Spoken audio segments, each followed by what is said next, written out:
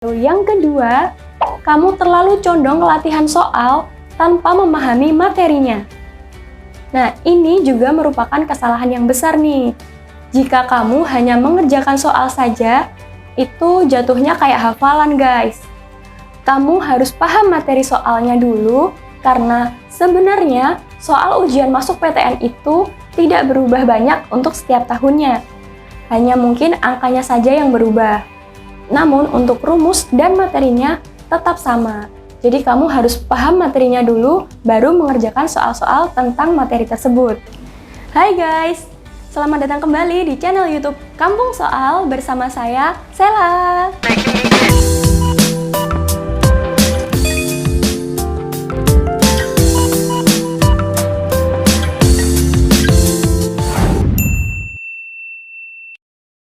Oke, sebelum teman-teman nonton lebih lanjut, jangan lupa tekan tombol subscribe dan nyalakan loncengnya ya, supaya teman-teman semua nggak ketinggalan video terbaru dari Kampung Soal. Oke, kali ini aku bakal bongkar kenapa nih kamu bisa nggak lolos di PTN, padahal segala cara udah kamu lakukan dan udah kamu coba. Kira-kira kenapa ya? Ada yang salah nggak sih? Nah, berikut ini Kampung Soal telah merangkum faktor-faktor kemungkinan penyebab kamu tidak lolos dalam seleksi tersebut. Dan gimana sih cara mengatasinya? Oke, langsung aja kita bahas. Yang pertama adalah sering menunda waktu belajar dan suka sistem kebut semalam atau SKS. Yang namanya ujian masuk PTN itu, pelajaran yang diujikan merupakan kumpulan materi dari kelas 10 hingga kelas 12.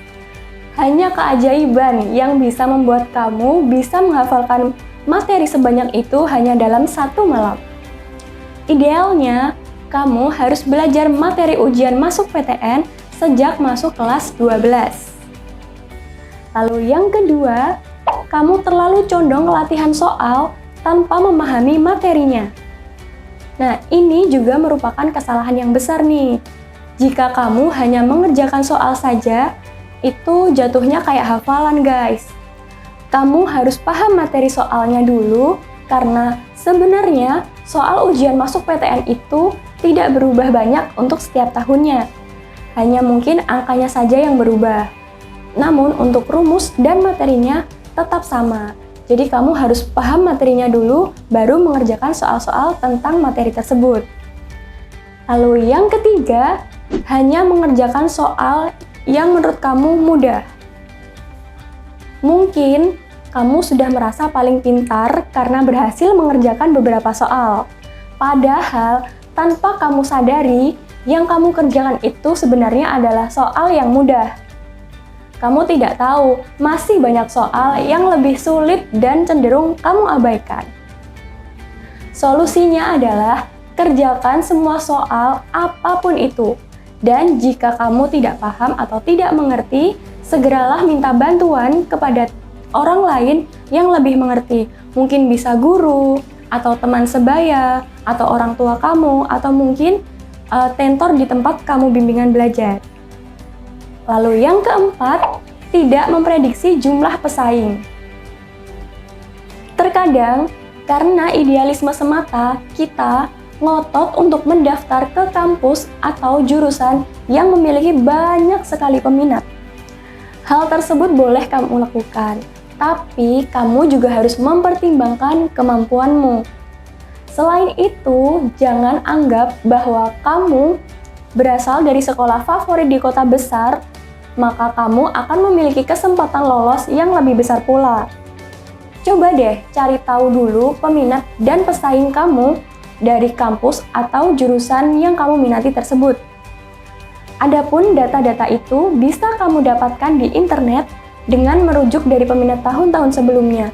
Bisa dari 2 tahun sebelumnya atau bahkan 3 tahun sebelumnya. Yang kelima, asal-asalan dalam memilih jurusan. Nah, memilih jurusan itu juga penting. Karena setiap jurusan memiliki passing grade atau tingkatnya masing-masing. Passing grade atau nilai kelulusan tersebut merupakan nilai tolak ukur kemampuanmu. Apakah kamu bisa diterima di jurusan tersebut atau tidak?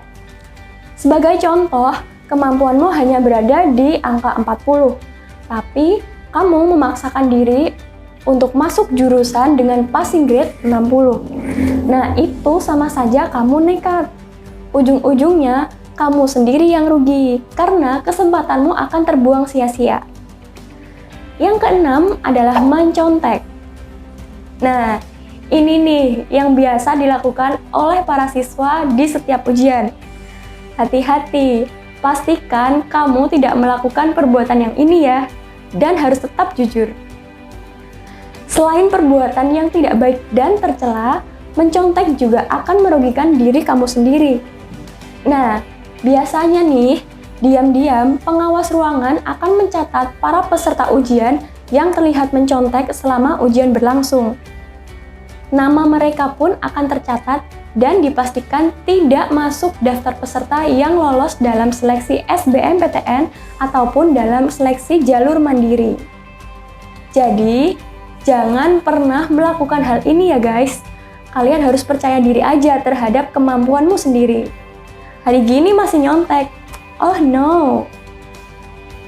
Yang ketujuh, tidak membawa kartu ujian atau ijazah atau SKHU. Jika peserta tidak membawa kartu ujian, maka kamu tidak dianggap sebagai peserta ujian SBMPTN atau seleksi mandiri. Sebab kartu ujianlah yang menjadi identitas Anda sebagai peserta atau bukan peserta. Selain itu, ijazah atau SKHU adalah komponen penting yang harus kamu bawa. Jika kamu membawanya, maka hal ini akan menjadi pertimbangan bagi pengawas. Karena tidak hanya kartu peserta ujian, ijazah atau SKHU juga yang menunjukkan bahwa kamu adalah peserta ujian SBMPTN atau seleksi mandiri. Nah, untuk itu guys, sebaiknya hal ini perlu dipersiapkan betul dari malam harinya. Dan jangan lupa untuk tidur yang cukup, jangan terlalu larut malam, supaya di esok harinya kamu bisa bangun tepat waktu dan tidak terburu-buru, sehingga tidak ada yang terlupakan apa yang seharusnya dibawa saat ujian. Yang kedelapan, terlalu menyepelekan sesuatu.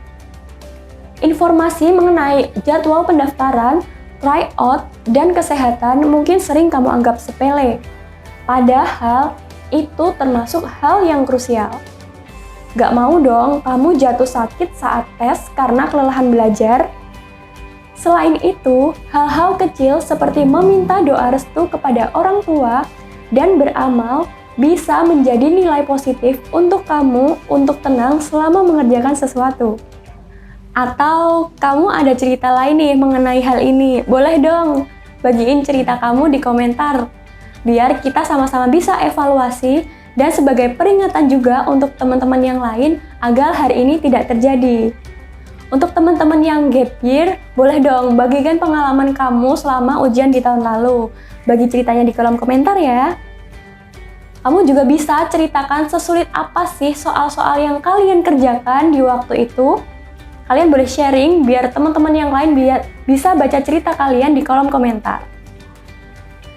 Oke guys, itu tadi adalah beberapa hal yang bisa membuat kamu tidak lolos untuk seleksi masuk perguruan tinggi, terutama di SBMPTN dan seleksi mandiri. Nah, jadi gimana guys? Udah seberapa nih persiapan kamu dalam meraih PTN favorit kamu? Jangan sampai kamu menyepelekan hal-hal kecil ya. Harus tetap semangat dan pantang menyerah. Karena sesuatu yang bagus dan memiliki nilai yang tinggi itu tidak mudah untuk didapatkan. Nikmati prosesnya dan jangan lupa untuk berdoa, usaha, dan selalu ikhtiar.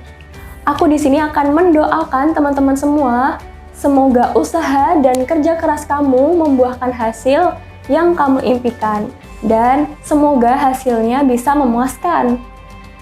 Dan misalnya teman-teman belum beruntung untuk lolos, jangan berkecil hati.